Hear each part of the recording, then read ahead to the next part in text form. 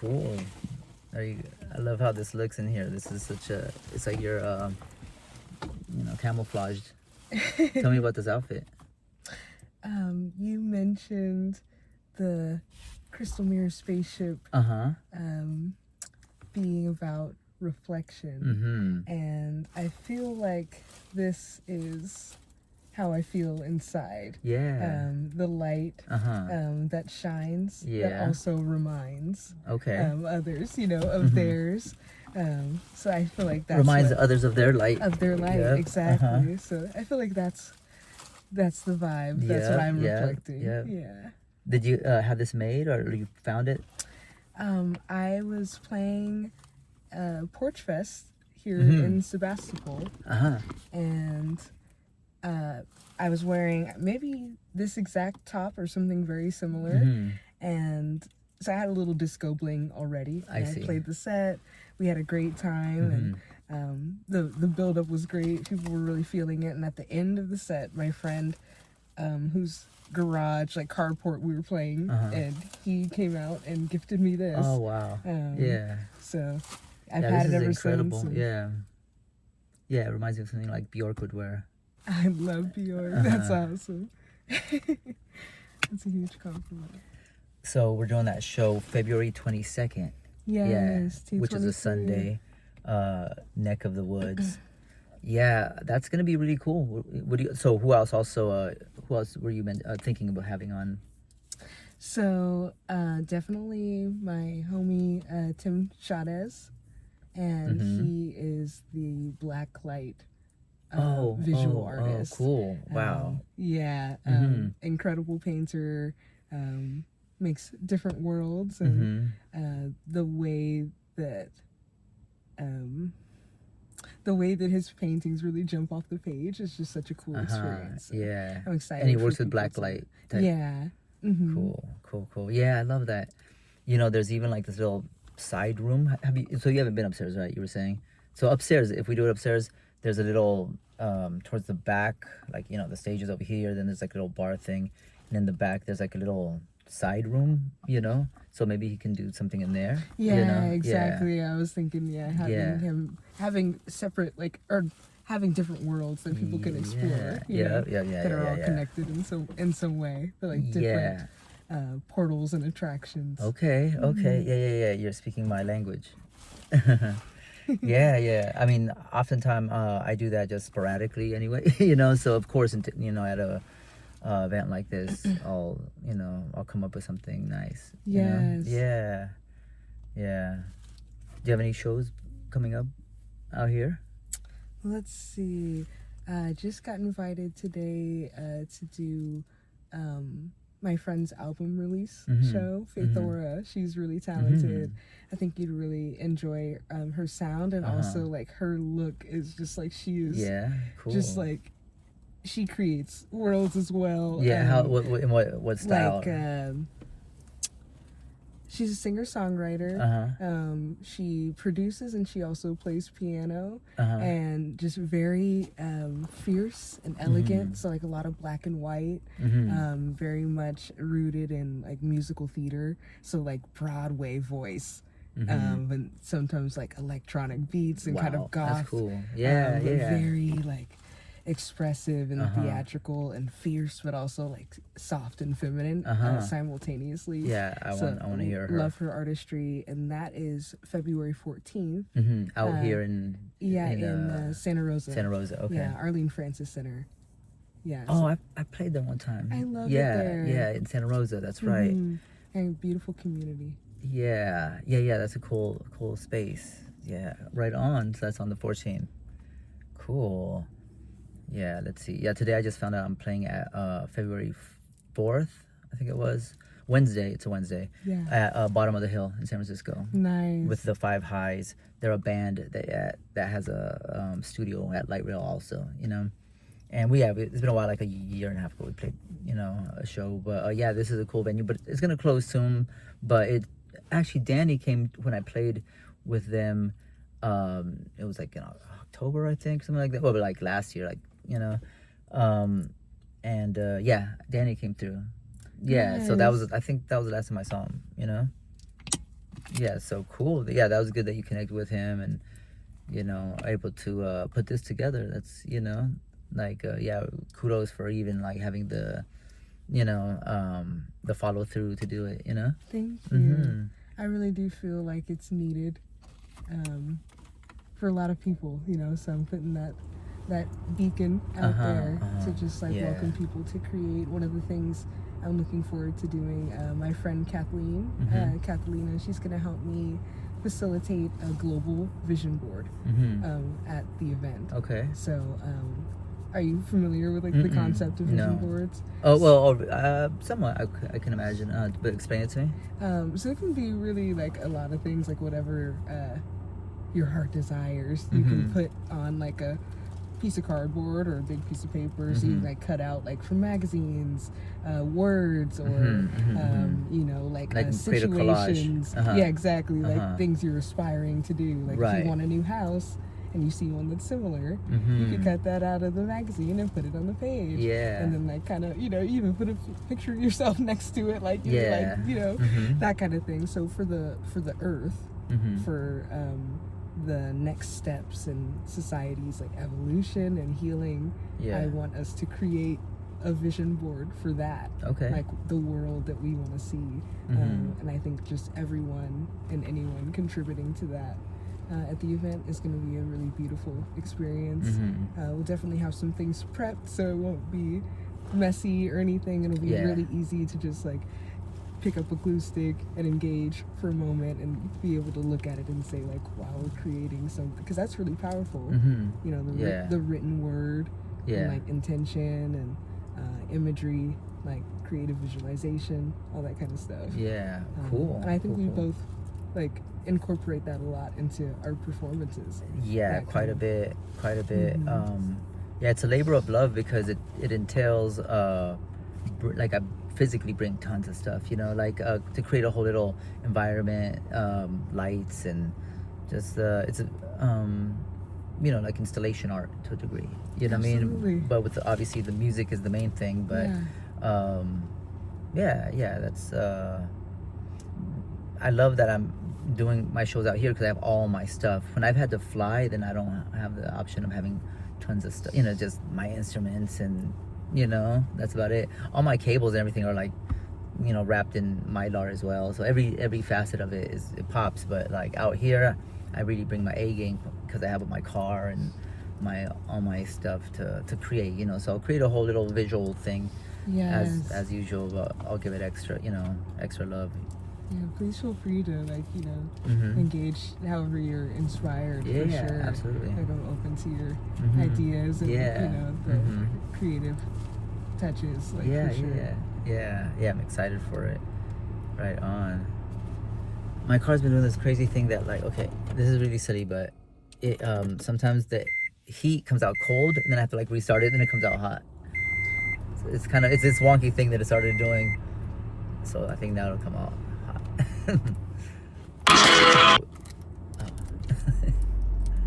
Oh look, Dangerous came on.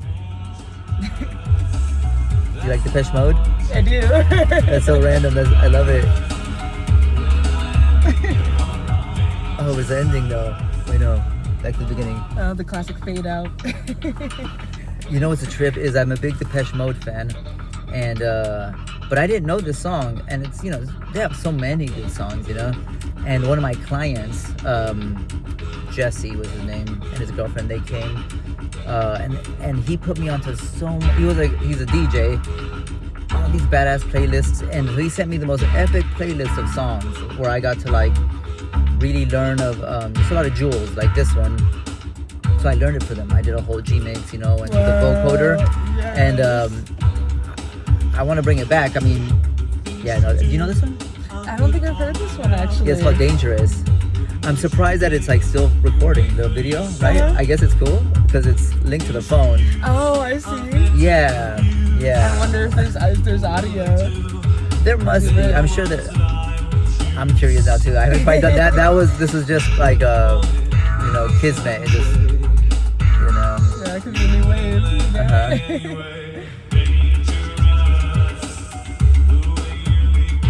Yeah, I'll send you my version I did for them. at one of my last shows. So my new moniker I've had for a few years now is Gin Wave. It's also my license plate, you know, and it's like I call it Gin Wave because gin, that's where the word genie comes from anyway, right? And it's supposed to be kind of like similar to synthwave, but like gin wave, whatever. Vocoder based. So all these songs, like I'll send it to you, but it's mainly synth. I've been really getting into micro chords. I have 2 micro chords. Oh, nice. One I use for vocoder, the other for the sounds and the bass and all that, you know? Nice. Wow, this has totally changed everything. Now I can play songs when I'm doing my thing and kind of, you know? Yeah. Super cool. The same friend that gave me this jacket was letting me borrow, I'm trying to remember the exact model and brand, but like it had the microphone for like the kind of talk box stuff. Yeah. It was a synth? Like, Oh, okay, a synth, and it had like the vocoder. Like the Roger and Zapp, yeah. Oh, okay, yeah. That was like I think they used talkbox, you know, like and then but with the mic it's vocoder. Yeah. Really cool. No, I incorporated it. It's been about almost like 10 years ago that I incorporated it. Right? Nice. No, around 2016. So yeah, like about 9, you know. Oh yeah, coming on 10 years, I suppose. And yeah, that changed everything because I had already been using the synth for years, and then tried that. I was like, oh wow, this is opens up a whole new world, you know. Yes. Yeah. Sticky icky. Yeah. Yeah. Awesome. Are you gonna come to San Francisco at all? Do you ever go to the city much? Definitely am wanting to go more often again. I have done noise pop. Yeah, that's right. What's it called? Summer music. I did that too. Yeah, it's really fun. Yeah. So that got me like back out into the city. So you were coming just for that. 2020 and stuff. I was going for that, and then but from out here, like or and you were living, you were having to like come into San Francisco. Yeah, from here. From out here. Yeah. Holy smokes! Like around here. Right. I've lived in Geyserville, like an hour away. Yeah. Okay. That's a lot of dedication because I live in the city. So and yeah, sometimes I don't know how it was for you, but it'd be like once, sometimes twice, right? Like did they switch it up with like one time? I remember it was like 3 times even. It was crazy because someone like canceled and I'm there, you know.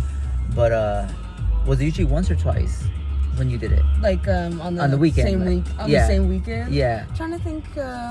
I think I did do like twice sometimes, right? Yeah, like generally at least once, one like back to back. Then like sometimes back to back. Yeah. And you're like, yeah, sure, let's do it. Yeah. And then there was some where it was just like, each weekend I'd do one or it varied. Yeah. How many did you? I mean, I did it. I'm asking you like I didn't do it myself, but I'm just curious like what your experience was because like for me it was 2 years in a row, right? 2 summers in a row.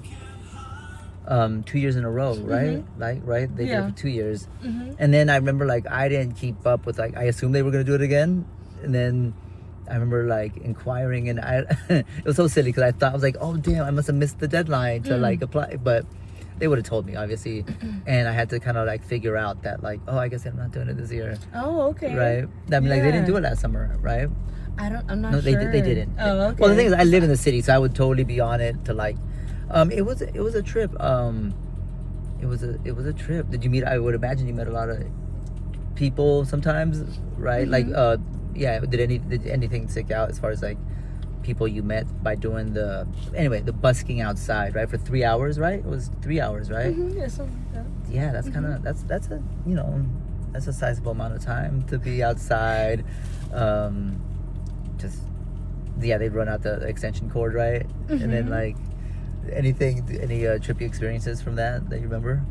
I would say the first one that comes to mind because I've done a lot of different things out there, which was fun. So sometimes I would do the live looping, which was one of my favorites. And sometimes I would bring the guitar, or I'd do a little bit of both. And then one time I thought I had everything I needed for my loop pedal, and something told me to like bring my ukulele, and it was like a super duper like that would be cute kind of thing at the time. It wasn't like my whole plan. I was gonna like but suddenly you had to like wing it so when and I like got do it there, for, yeah. I was missing like one thing for the pedal. I know how that goes. I was so glad I had the uke. Otherwise, I was like, I would just be shouting poetry at y'all or something. You know, we're gonna figure something out to entertain you and keep the the show must go on for 3 hours. But like I had the ukulele, and I don't know if you're familiar with this. I believe he's a Nigerian funk artist, Manu Dibango. I'm not sure. He has this song that actually it inspired the Mama Say Mama Sa Mama Kusa. Okay, really? Michael Okay. Jackson's Yeah. song. And so I had been listening to it nonstop. It's like a really epic funk jam, feel good funk jam. And I never tried to play it, but in that moment I was like, what am I gonna play? And I figured out the first chord for it, and I just funked it out on the ukulele. I'm like stomping, and it was a vibe. So it totally worked out. It worked out great. Yeah. Wow. And then you suddenly had like a total like rehearsal from hell, like just like yeah, no, that's how it goes. And people loved it though, yeah, but it was cool. I literally was just figuring it out in the moment. Wow. Well, it was like trial by fire, right? No, that's cool, because it's like, yeah, you have to do something. Yeah, I mean, I really, with all the stuff I bring, it's a lot of stuff. Like, well, when I was playing for Summer of Music, it was looping, but it was like one synth, my electroacoustic Spanish guitar, like nylon string guitar, so I'd be doing the looping, and it was it was really interesting. Like, I remember, okay, one that comes to mind was so I was playing on Haight Street at that it's on the corner, it's on Haight Street, the corner of like right there in Haight-Ashbury, I think, if not Ashbury, and like whatever, I'm playing out front, sunny, it's beautiful, right? Like, some people's like, the weather, there was sometimes be playing all in the sun, and this guy, he's like, oh, the Genie music, and he had an Italian accent, right?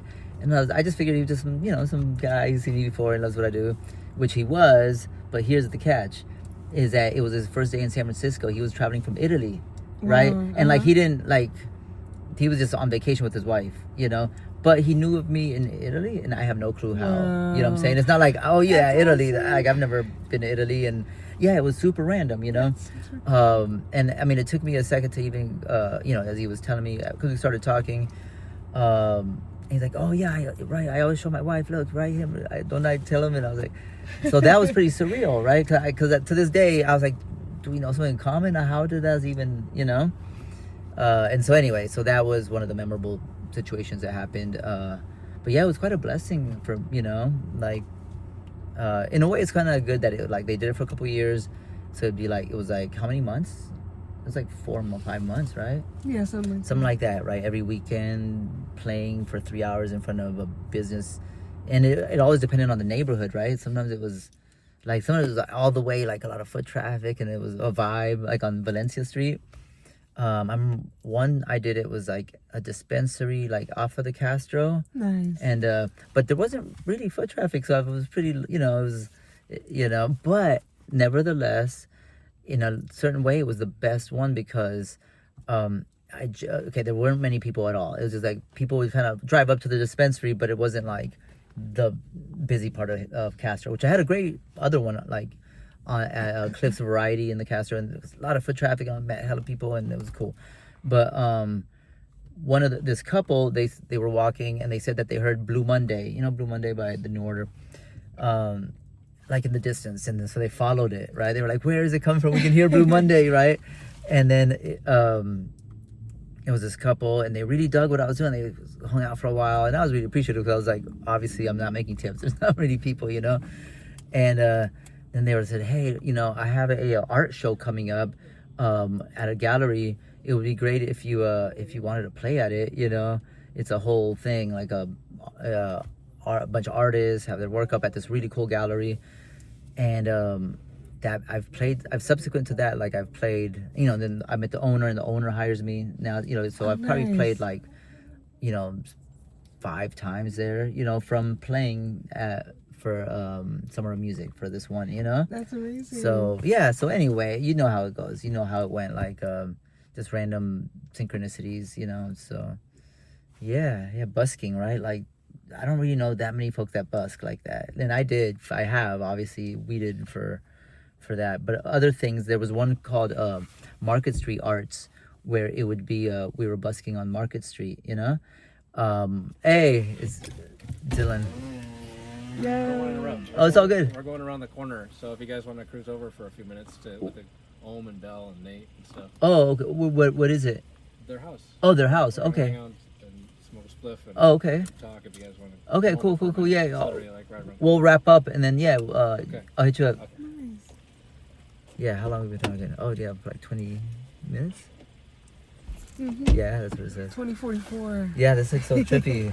Like, I love this whole random variety of colors. I mean, just, I don't know, sometimes the different environments create a different aura, Mm-hmm.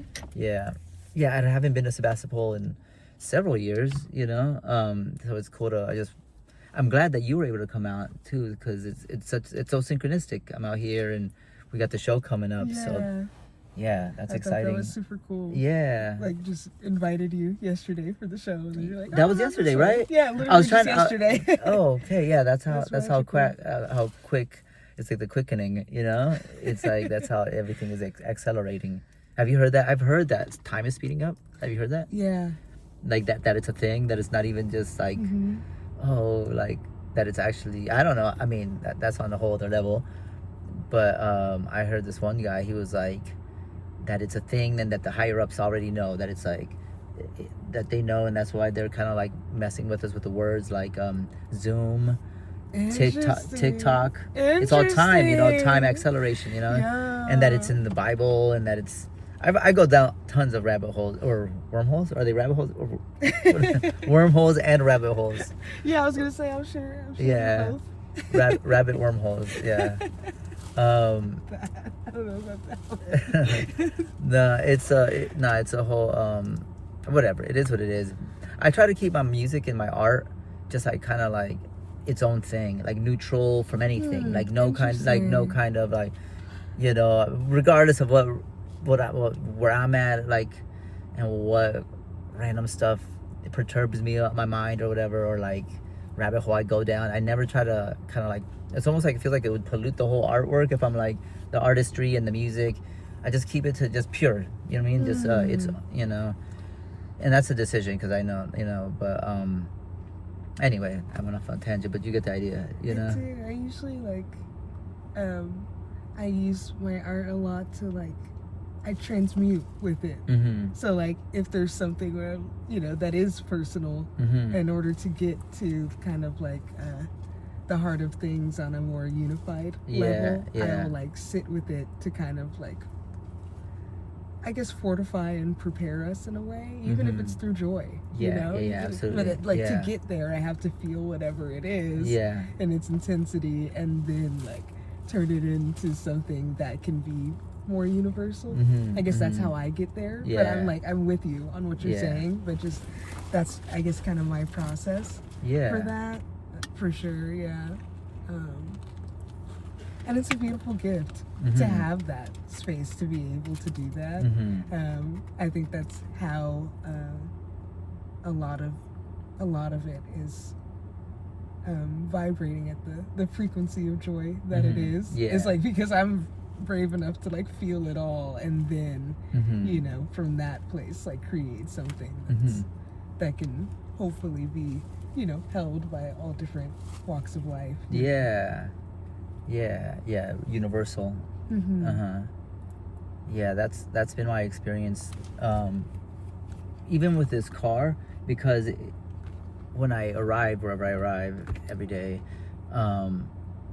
like, people take to it, and it doesn't matter, it's universal. Like, it doesn't matter if they're old, young, babies, like whatever, just doesn't matter which culture, what their disposition is, or whatever it is, everyone takes to it. So it has a universal appeal, and it's universally welcome to, like, meaning it has an energy that welcomes people to come and engage, so that definitely feel that. With the music, it's a whole other thing in a way. Like, I incorporate this into it, but they're like two separate things. Like, there's the music, the performance, but in a way like it's already like a roving performance, you know, performance art. I don't know how you, whatever it is, what it is, you know, whatever it is, you know,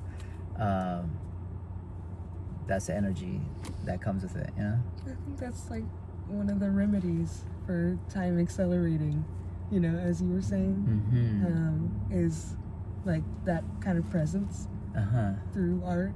Yeah. Whether you're the performer, right, or the like, recipient. Yeah, exactly. The experiencer. The practitioner or the experiencer. Yeah. Yeah, I think that could definitely, it does help, you know, for sure. And I feel a lot of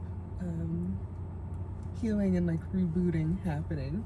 So I think it makes sense that the frequency is speeding up. Erykah Badu, at the beginning of one of her tracks, she says that love is like a really fast frequency. You know, so if the earth is like on some acceleration, you know, I'm hoping that like the power of love is gonna like, you know, redirect what needs to be redirected. Sorry, I'm turning it back on to see if the heat will work again. Protect what needs to be protected. Yeah. What song is that? It is, I think it's on Return of the Ankh.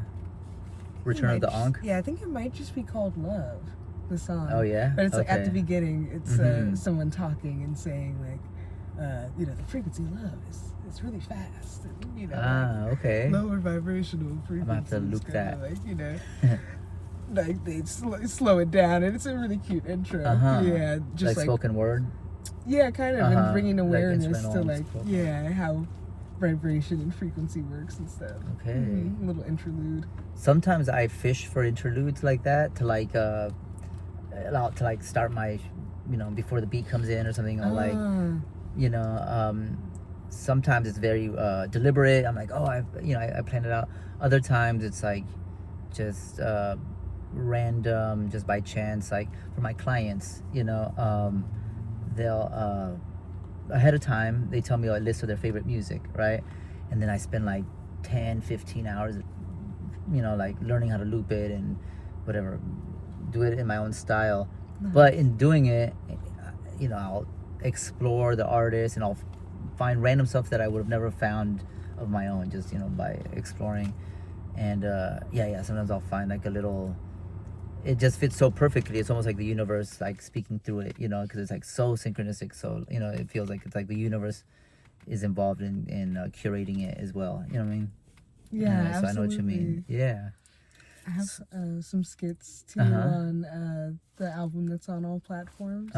Funktronica. The Afro-terrestrial. Okay. And there's some skits. And like interludes on there. I might peep one, loop it, and work it into my little G-Mix set. You know? Nice. Yeah. Well, it's getting late. What do you want? He was saying that they're kicking it over here at someone's house. I didn't even catch who. You know, but maybe I'll go just kick it with them, and you're welcome to come through as well if you want, you know. For sure. And then I'm driving back to San Francisco, you know. So, it's like an hour probably, or hour and 15 or so. Yeah, like an hour. Like an hour. Yeah. Oh, okay, that's not too bad. Yeah. So whatever you want to do, you know. For sure. Yeah. Okay. Well, I guess we should look at that. It looks so beautiful, and I didn't even. Wow.